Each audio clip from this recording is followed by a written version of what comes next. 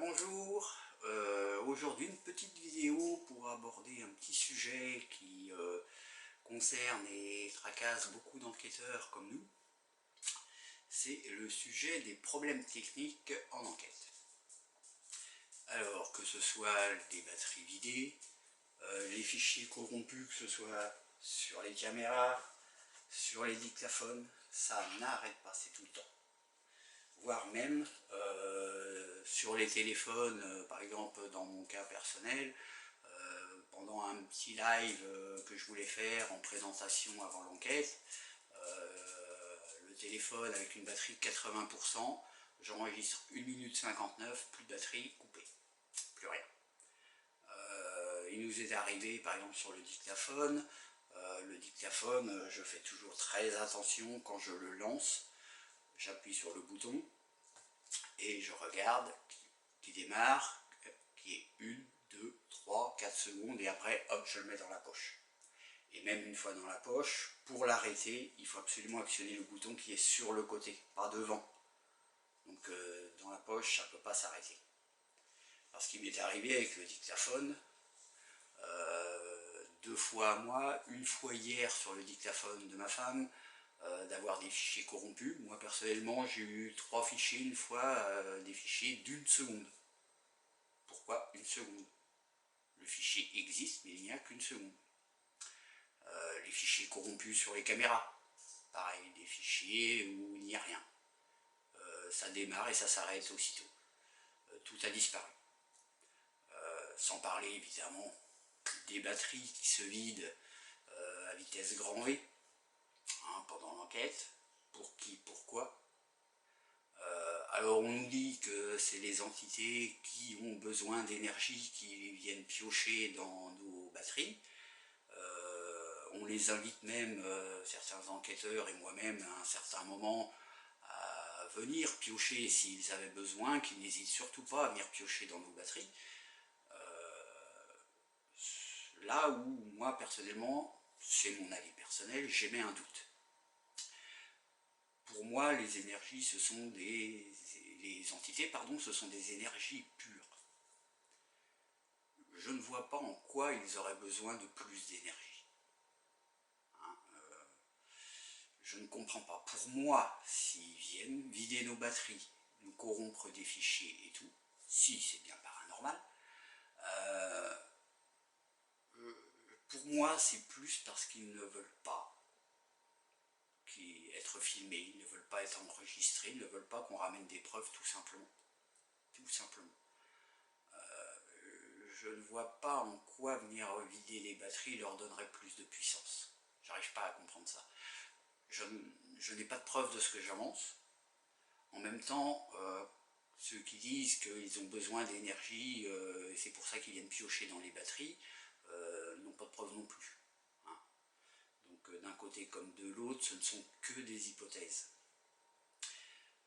Là où je m'interroge quand même énormément, c'est que les problèmes techniques, que ce soit batterie, caméra, dictaphone ou autre, c'est bizarre, n'arrivent qu'en enquête. Le matériel qu'on a, comme d'autres enquêteurs je suppose, le matériel qu'on a, on l'utilise dans d'autres cas, je ne sais pas, dans des fêtes, des mariages, des choses comme ça, il n'arrive jamais de problème. Jamais. Jamais. Ce n'est tout le temps qu'en enquête. Alors, là-dessus, des scientifiques, des sceptiques, des détracteurs me diront problème technique, possible. Coïncidence, possible. Moi je veux bien. Quand c'est à chaque enquête qu'il y a un souci, coïncidence une fois oui, 2 fois oui, 3 fois oui, à chaque fois, je suis désolé mais je mets un bémol. J'émets un doute. Pourquoi toujours en enquête et jamais autrement?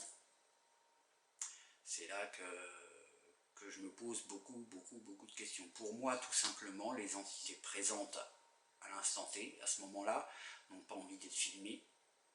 Un exemple sur l'enquête qu'on est en train de finir de monter au Blocos. au moment où j'ai un contact avec l'entité avec laquelle on voulait avoir une communication pour répondre à nos questions, pile à ce moment-là, mon dictaphone, fichier corrompu. J'ai pas de son. J'ai les images, mais j'ai pas de son. Étrange. Et j'ai eu des réponses. Pour moi, il n'avait pas envie qu'on entende ces réponses.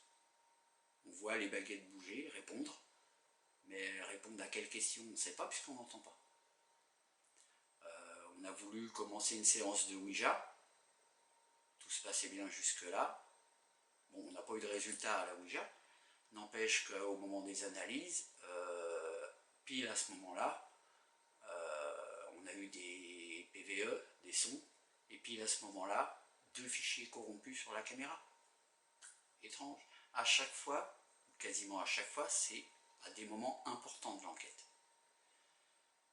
Donc les problèmes techniques, vous pouvez m'inventer toutes les raisons possibles et imaginables, et elles sont peut-être vraies, mais pour moi,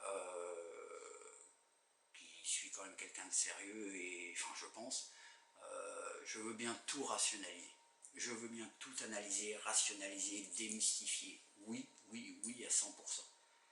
Mais au bout d'un moment, il faut quand même avoir l'ouverture d'esprit de se dire, il y a quelque chose qui n'est pas normal.